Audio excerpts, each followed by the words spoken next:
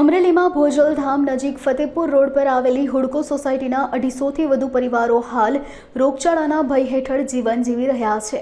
નગરપાલિકાની હસ્તકના સફાઈ કોન્ટ્રાક્ટરની બેદરકારી અને મનમાનીને કારણે શહેરભરનો કચરો અને પશુઓના મૃતદેહોનો બિનકાયદેસર નિકાલ સોસાયટીની સામે કરવામાં આવે છે તેવું સ્થાનિક લોકો જણાવી રહ્યા છે।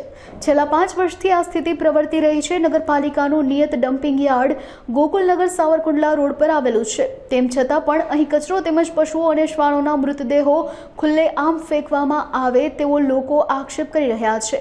વરસાદને કારણે કીચડ થાય છે અને મૃતદેહો સડી જવાથી અત્યંત દુર્ગંધ વાતાવરણમાં ફેલાય છે, જેના કારણે સ્થાનિકો માટે ઘરમાં રહેવું પણ મુશ્કેલ બન્યું છે।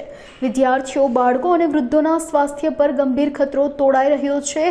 લોકો દ્વારા આક્ષેપ કરવામાં આવ્યો છે કે આ બાબતે રજૂઆત કરવામાં આવી હોવા છતાં પણ નિરાકરણ આવ્યું નથી, ત્યારે જો યોગ્ય નિરાકરણ નહીં આવે તો ગાંધી ચિંધ્યા માર્ગે આંદોલન કરશે તેવી ચીમકી ઉચ્ચારી છે।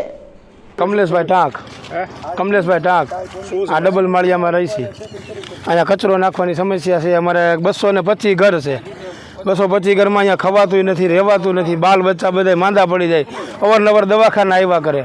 અહીંયા કચરાવાળાને ના પાડી તો કચરાવાળા કાંઈ સમજતા નથી। એને કહી તો કે અમને નાખવાનું કીધું જ છે। આની હા, રજૂઆત બધાને કરેલી છે। એકવાર માં ગયા હતા, હોય બધા આખી સોસાયટી ગઈ હતી, હા નગરપાલિકામાં ગયા હતા, કોઈ ધ્યાન ન દીધું। શું જવાબ આપ્યો? એ લોકો કે સાફસૂફ થઈ જાય। અમારી માંગણી છે કચરો હટી જાય, એ બસ થઈ ગયા। ફતેપુર રોડ ઉપર ભણવા જાઉં છું, ખંભાળિયા ભાઈ। અહીંયા બહુ ગંદકી છે, અહીંયા ગાઉ માટે નીકળી કુતરા ને ગાઉ ને એવું ડટી ને એવું બધું છે અહીંયા વેલનાથ પરા ઉપર। કેવી ખરાબ વાસ આવે છે? બહુ વાસ આવે ગાઉ બીમારી થઈ છે। અમે તમે રોજ ઘરે નથી રહેવાતું અમારે। દરરોજ હાલીને જાવ છો, અપડાઉન કરો? દરરોજ અપડાઉન હાલીને।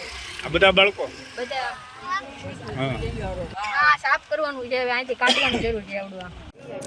અમરેલીના ફતેપુર ગામની જે છે એક સમસ્યા જે છે સામે આવી છે। નગરપાલિકાની ઘોર બેદરકારીના કારણે અમરેલીથી ફતેપુર, ખંભાળિયા જેવા 5 ગામોને જોડતો આ રોડ છે। આ મુખ્ય માર્ગ ઉપર કચરાના જે છે ડમ્પ બનાવી દેવામાં આવ્યા છે। હું આપને દ્રશ્યો બતાવીશ કે આ ડમ્પમાં જે ખરાબ છે, મૃત પશુઓના જે મૃતદેહો છે તે પણ અહીંયા નાખવામાં આવે છે।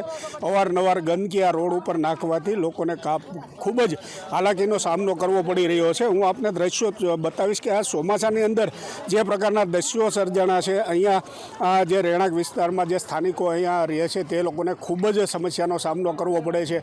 આગળ એક સ્કૂલ આવેલી છે, વિદ્યાર્થીઓ અહીંથી પસાર થાય છે, હાલીને પણ જતા હોય છે, ત્યારે તેઓને પણ ખૂબ જ મુશ્કેલીઓનો સામનો કરવો પડી રહ્યો છે। અહીંયા સ્થાનિકો જે છે એ રોષે ભરાયા છે અને અહીંયા એકત્રિત થયા છે। આ જે ગંદકી જે છે દૂર કરવાની એક છે માંગ ઉઠી છે, ત્યારે સ્થાનિકો આપણી સાથે જોડાય છે। હું સ્થાનિકો સાથે વાત કરીને આપણે કહીશ કે શું તકલીફ છે। બેન, શું તકલીફ છે? ક્યાં રહ્યો છો તમે? અમે આ સરકારી ક્વાર્ટર બનાવ્યા છે એમાં રહીશી સાહેબ, એટલે અમારે બીજી કાંઈ વિનંતી નથી સરકાર પાસે। અમારે એટલું કહેવા માંગી છે કે અમને આ બધું છે, અમે ખાઈ નથી શકતા, પી નથી શકતા, સોઈ નથી શકતા, બેસી નથી શકતા।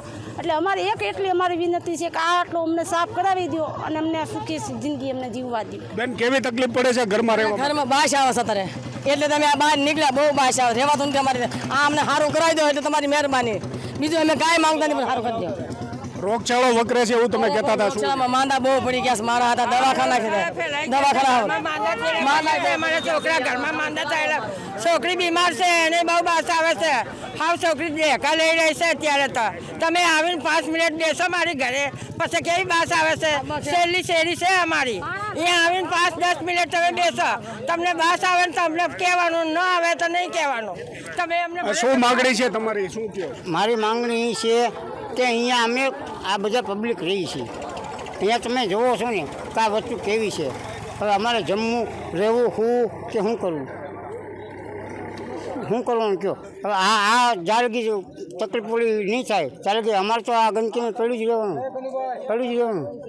શું કહો છો બેન, શું માંગણી છે? અમારે માંગણી એટલી જ છે કે સરકારને એટલું કહી છે કે અમને આટલી સહાય આપો ને આટલો સોખો કરી દો અમને, નકર અમે મરી જઈશું તો અમે તમને સરકાર અમને શું કરી દેશે? કેટલા સમયથી આ તકલીફ? આ સમય છે એમ તો કેટલા 6, 7, 8, 10 વર્ષથી છે આવું નવું અમે ચાલ્યા રાખીએ છીએ। અમે ઘણા અમે સરકાર પાસે અમે માંગણી કરી પણ આ લોકો સમજતા જ નથી, અમે સમજાવીને થાકી ગયા છે। કેવા પ્રકારની ગંદકી અહીં નાખવામાં આવે છે? અહીંયા ઢોર હોતી મરેલા નખાઈશ, કૂતરા, ઢોર બધું મરેલું નખાઈશ।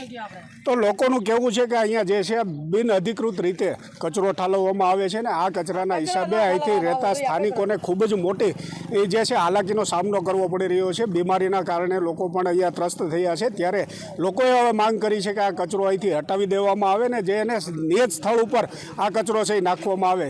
પ્રદીપ ઠાકર, અબતક ન્યૂઝ, અમરેલી.